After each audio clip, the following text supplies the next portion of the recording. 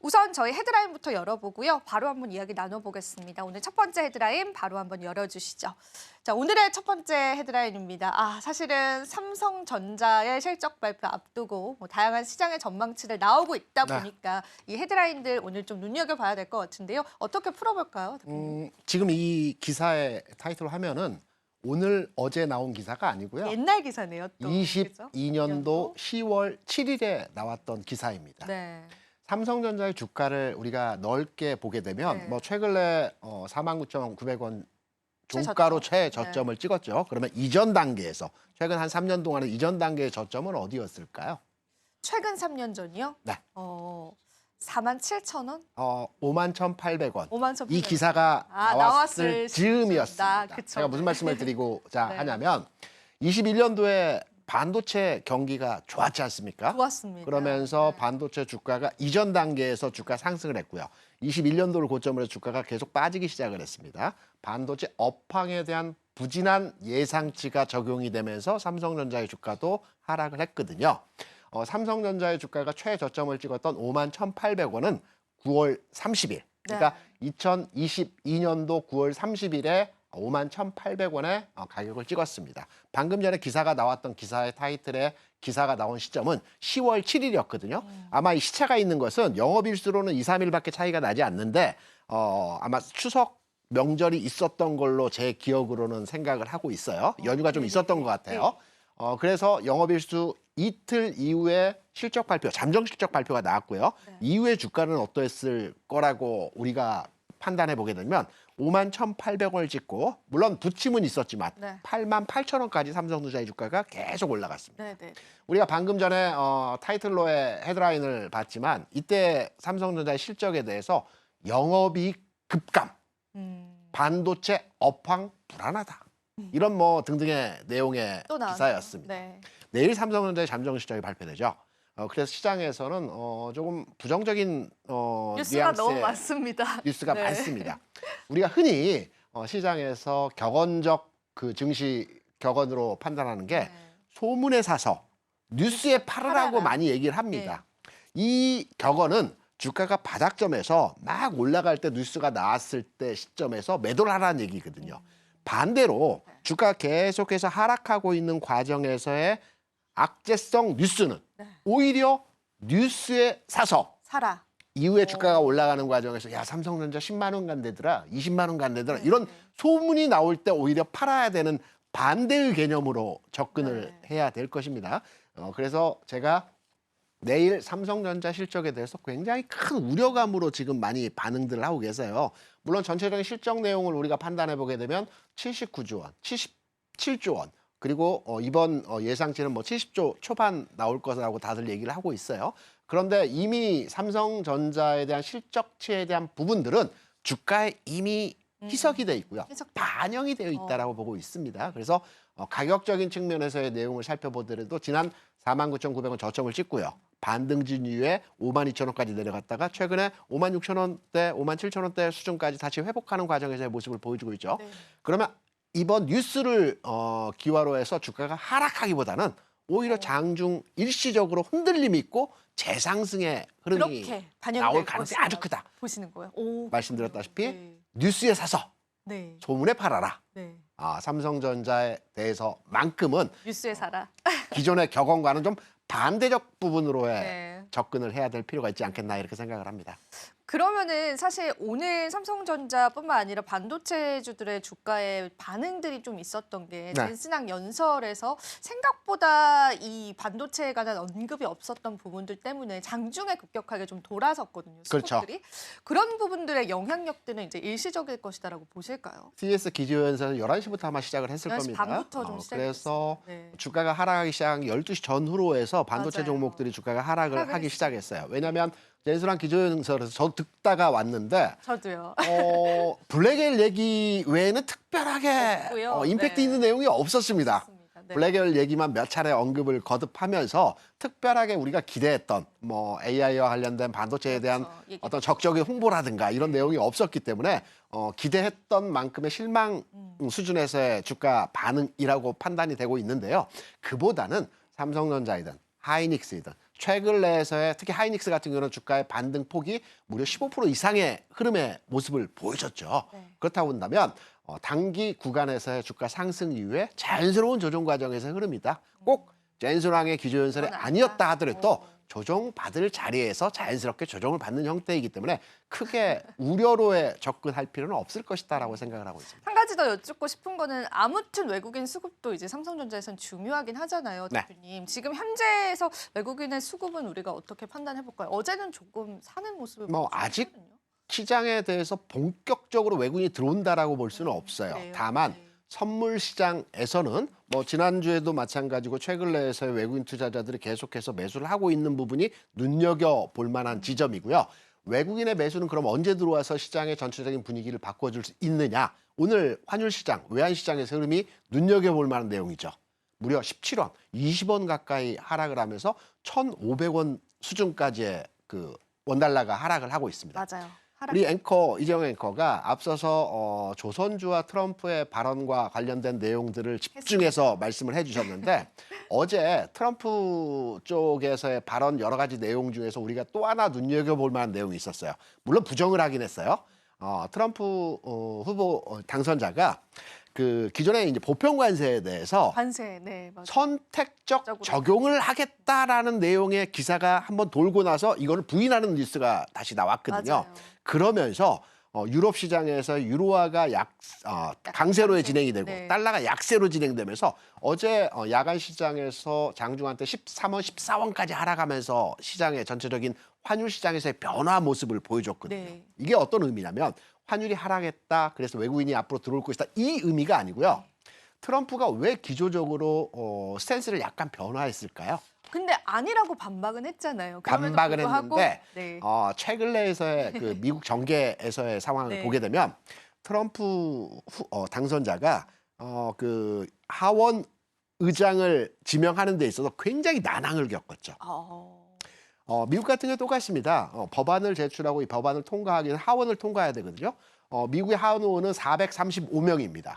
공화당 420명이고요. 민주당은 415명입니다. 근소하죠. 네. 그런데 220명의 공화당 그 하원 의원 중에서 장관으로 입각한 사람이 한 3명 정도 됩니다. 네네. 그러니까 거의 하원 의원 수가 동수이거든요. 네. 그러면 민주당의 의견을 구해서 민주당의 내용을 수용하지 않으면 하원에서 트럼프가 추진하고 있는 여러 가지 정책들을 브레이크 걸릴 수 있겠네요. 통과시킬 수가 네. 없습니다. 그렇다고 본다면 기존의 트럼프 후보자가 강하게 어필했던 여러 가지 내용들 있죠. 뭐 그런 것들. 세금부가 관련 내용들도 이민 정책도 있고 이런 부분에 대해서 기존의 강한 어조의 스탠스에서 약화될 수 있다라는 측면으로서 우리가 해석을 해볼 수 있어요. 네. 그럼 우리 시장에 기존의 트럼프 당선자가 내세웠던 뭐 IRA라든가 반도체법이라든가 선택적 그 관세 부과라든가 여러 가지 악재성 내용들이 있습니다. 이게 좀 희석이 될 수가 있겠죠. 이 내용이 좀 더 조선업에 대한 동맹 관계에서의 상황보다도 좀 더 시장에 유효한 상승 흐름으로서의 기조를 만들어낼 수 있는 재료가 아닌가 이렇게 생각합니다. 그럼 저희가 일단 저희의 오늘 또 주제로 돌아와서 네. 그럼 삼성전자 반도체 관련해서 이야기로 돌아오자면 가격 상승폭은 어디까지로 조금 내다보세요, 대표님께서는? 어제 상승 그 탄력에 대비해서 오늘은 뭐 젠수랑의 얘기도 있었지만 조정받을 살짝. 자리라는 말씀을 네. 드렸는데 지난 10월 네. 그러니까 삼성전자든 하이닉스든 8월에 그 엔캐리 자금 이탈하면서 급락을 했었고요. 네. 그다음에 리바운딩이 나왔죠. 이 리바운딩 과정에서 한 달 동안 정체되었던 가격이 삼성전자는 5만 9천 원 수준이고요. 네. 하이닉스는 20만 원 수준입니다. 그러면 시기적으로도 단기 상승에 대한 조정권에 들어왔고 매물 구간에 또 지난 10월에 그 일정 구간에서 계속 치열하게 매매 공방이 일어났던 가격대에 들어왔기 때문에 자연스러운 조정이라는 것을 다시 한번 우리가 확인할 수 있는 내용에서의 흐름이거든요. 여기에서 뭐 내일 나오는 실적이라든가 또 최근에서의 흐름에서 조정을 받는다라면 저는 오히려 전체적인 시장의 분위기가 개선되고 있는 상황 하에서 반도체 종목 최근에 살까 하다 놓쳐버렸다라고 하신다면 기회다. 이번 기회에 다시 한번 사실 수 있는 오. 찬스가 아닐까 이렇게 생각을 합니다. 좋습니다. 저희가 삼성전자 비롯한 전반적인 반도체 업황 개선에 관한 힌트들 얻어볼 수 있었습니다. 여러분도 한번 복귀해 보시고요. 자, 두 번째 헤드라인 바로 한번 열어보도록 하겠습니다. 자, 오늘 두 번째 헤드라인 바로 살펴보시죠. 머니 무브 조짐이다라고 오늘 헤드라인이 딱 걸려있는데 궁금합니다. 사실 이제 예탁금 관련해서는 살짝 소폭 증가를 했다 이런 내용들을 좀 들었는데 소폭이 아니죠. 많이 증가했나요? 12월 초에 국내 고객 예탁금이 49조 원이었습니다. 49조 원에서 어제 기준으로 해서는 57조 원. 오. 오늘 기준으로 해서는 또 올랐고요? 한 5조 원 정도 됩니다. 그러니까 예탁금은 3일 결제이기 때문에 1월 3일 기준, 1월 6일 기준으로 한 예탁금 네. 자료 데이터입니다. 네. 그러면 12월 초중순에 49조 원이었던 예탁금이 급증하는. 그러니까 지난 한 해 동안 예탁금이 가장 높았던 수준에서의 고객 예탁금은 57조, 58조 요 수준입니다. 네. 예탁금 자체가 줄어들었기 때문에 증시의 반응도 크지 않았거든요. 네. 우리 지영 앵커, 네. 주식시장에서 우리가 선행 지표가 있고 후행 지표가 있어요. 질문할 때가 제일 무서워. 둘 중에 하나 아무거나 택하시면 됩니다. 찍어볼게요. 네. 선행 지표. 후행. 그러니까 네. 요 지표가 움직이면 주가가 움직인다라고 판단할 수 있는 선행 지표가 딱 두 가지가 있거든요. 네. 그리고 나머지는 다 후행 지표입니다. 네. 우리가 보는 보조 지표라든가 뭐 여러 가지 그쵸, 이동평 차트, 규정들은 그쵸? 주가가 움직이고 나서 만들어지는 지표들이기 때문에 맞아요. 다 후행적입니다. 그런데 선행적으로 이 지표가 움직이면 시장에서 지수나 종목이 움직일 수 있다라고 판단되는 선행 지표가 딱 두 가지가 있어요. 예탁금인가요? 하나 거래대금? 맞았고요. 맞았습니다. 네. 예탁금이 하나이고요. 두 번째는 몰라요. 모르겠어요. 네. 거래량입니다. 거래량이요. 네. 거래량과 예탁금은 먼저 움직입니다. 먼저 움직입니다. 주가가 움직이기 이전에 먼저 늘어나는 경향들에서의 상황들을 보여주거든요. 유일하게 선행 지표입니다. 그렇다면 앞서 말씀 드린 것처럼 기사에 나왔던 내용처럼 최근 내에서 예탁금이 증가하고 있다는 것은 우리가 선행적 지표 측면에서 주가가 상승할 수 있는 개연성으로 해석할 수 있을 것이고요. 그리고 최근 시장에서 흐름들을 보게는 이상한 지점이 있지 않습니까? 네. 어떤 지점이냐면 최근 한 3, 4일 동안에 시장이 상승하는 과정에서 시장의 전체적인 흐름에서의 장 초반의 움직임을 지켜보게 되면 외국인이나 기관은 매도를 하는 형태로 최근 내에서의 네. 그 매매 동향에서 참여를 했어요. 네. 그런데 개인이 매수로 세게 들어오면서 시장에서 외국인 기관이 매수로 전환하는 전환을 형태를 그게 가능할까요? 그죠? 가능한 게 아니라 큰 손이 들어왔다는 겁니다. 어. 그러니까 49조, 50조에서 57조까지 예탁금이 늘어난 것은 일반적으로 우리가 말하는 작은 금액의 예탁금이 모여서 들어온 것이 아니고요. 조단위 규모를 운용하는 큰손 세력들이 있죠. 큰손 개인 투자자인 건가요? 그렇죠. 그쵸? 이 큰 손들이 네. 들어와서 주식을 살 만한 종목들을 판단할 때 SK 하이닉스 같은 종목 네. 좋죠. 거래 대금도 많고 충분히 운용할 수 있는 몇 천억 단위도 운용할 수 있는. 그래서 큰 손 자금이 들어왔기 때문에 시장의 탄력도는 지금의 흐름에서 2, 3일 오르고 주가 조정받을 현상에서의 모습이 아니고 네. 추가적으로 연속성을 가지고 시장의 흐름을 만들어 갈 수 있을 것이다라고 판단되는 지점입니다. 그러면요, 대표님, 저기 옆에 보시면 저희가 비상계엄 선포 전후로 해서 증시의 주변 자금 추이를 조금 집계를 해봤는데요.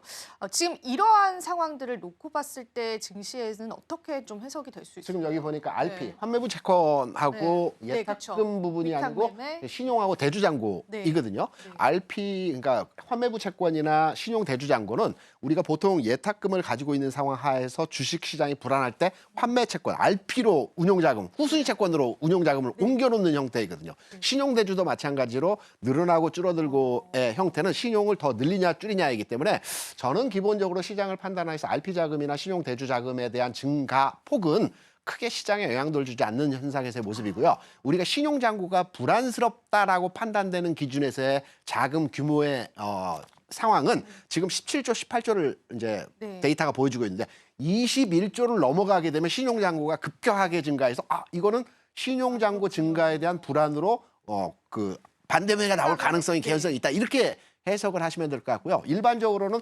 15조에서 20조 상황에서의 신용 대주 잔고는 일반적 수준에서의 신용 잔고 수준입니다. 그래서 지금 보여지는 데이터의 내용은 보통 평범한 평이한 상황에서의 RP나 신용 대주 잔고의 수준이다. 우려할 필요 없다. 20조를 넘어가면 그때부터 신용 잔고에 대한 우려를 가지고 판단을 해야 우려를 됩니다. 해보자. 네, 그때 되면 그러면은 이제 궁금한 게 만약에 이제 대표님의 어떤 말씀과 기조대로라면 이제 네. 증시는 좀 긍정적으로 볼 수 있을 것 같은데 그렇죠.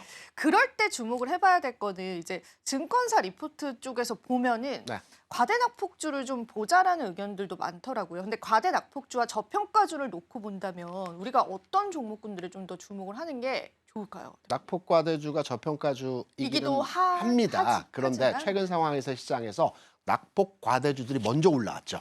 네, 맞아요. 하다못해 아픈 손가락이라고 할 수 있는 2차전지 업종의 종목들도 소재도 반등 올라오고. 흐름에서의 모습들을 네. 보여줬고요. 가장 세게 올라왔던 건 반도체였죠. 반도체도요. 그래서 지금은 낙폭과대 종목 중심으로 해서 1단계 상승 흐름이 만들어졌고요.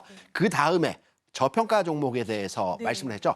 저평가 종목은 언제 움직이냐면 그러니까요. 통상적으로 기관이 살 때 움직입니다. 무슨 말이냐면 기관이 많은 자금을 통해서 스펙트럼이 넓은 그 펀드를 운용하는 상태에서 주식을 매매하기 네. 때문에 낙폭과대주들이 어느 정도 올라와서 지수가 안정화됐을 때 이제 뭐 살 거 없을까? 대부분 다 올라왔기 때문에 이제 저평가되어진 종목을 사보자 해서 다음 순위로 저평가되어진 종목들이 움직일 수 있는 시장의 분위기가 만들어지기 때문에 1차로는 낙폭과대, 2차로는 저평가, 뭐 PBR 기준이나 퍼 기준으로 해서 판단해보면 되겠죠. 이런 저평가 종목들은 기관이 시장에 동참하는 시점, 다음 단계에서 바라보시면 될 것 같습니다.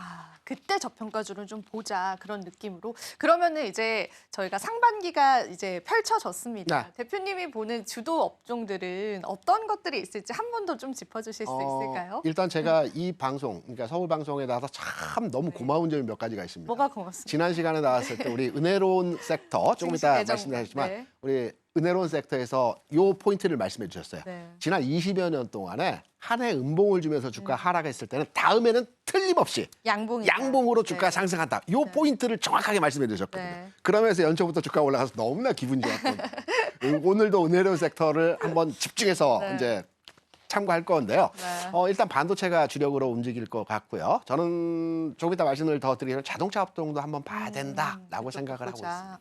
네. 지금 바로 구독을 눌러보세요. 실시간 경제 뉴스, 투자 전문가들의 다양한 시황과 정확한 분석, 또 알찬 투자 정보까지 신뢰할 수 있는 저희 서울경제TV와 함께하세요.